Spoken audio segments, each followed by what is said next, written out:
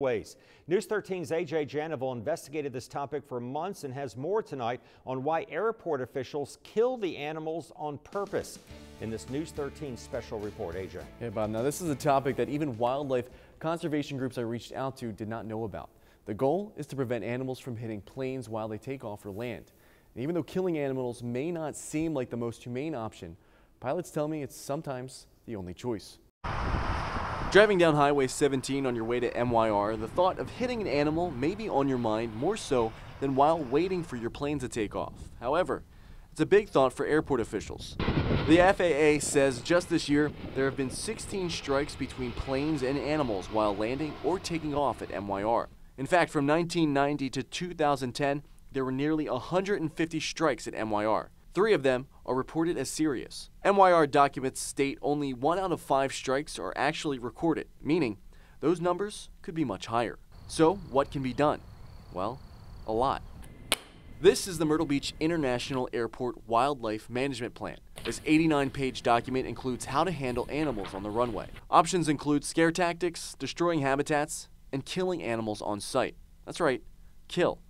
Poison, capture, shoot, rifles, shotguns are all words found within the management plan on how to handle wildlife as a last resort. MYR holds an active U.S. Fish and Wildlife Depredation Permit that allow them to kill animals they deem to be a threat to plane traffic. Animals observed on the runway range from small birds to larger ones, like hawks, vultures, and even in some cases, bald eagles. And it's not just birds.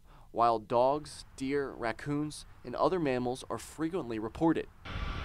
Myrtle Beach International is surrounded by woods on both sides of the runway and is less than a mile from the coast and only a few miles away from the Myrtle Beach State Park, which could add to a diverse array of animals near and on site at MYR. However, the types of animals that are killed and how frequently it happens is unknown. I made several Freedom of Information requests for the actual documents, but was told it would cost nearly $2,500 as well as take 3 to 4 months to compile the information.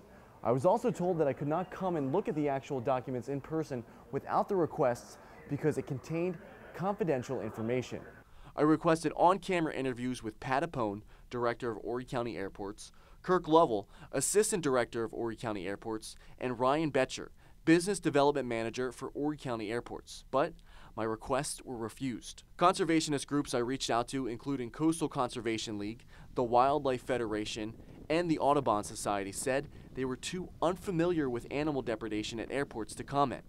However, pilots tell me it's something that needs to be done. Nobody wants to see an animal be put down for any reason.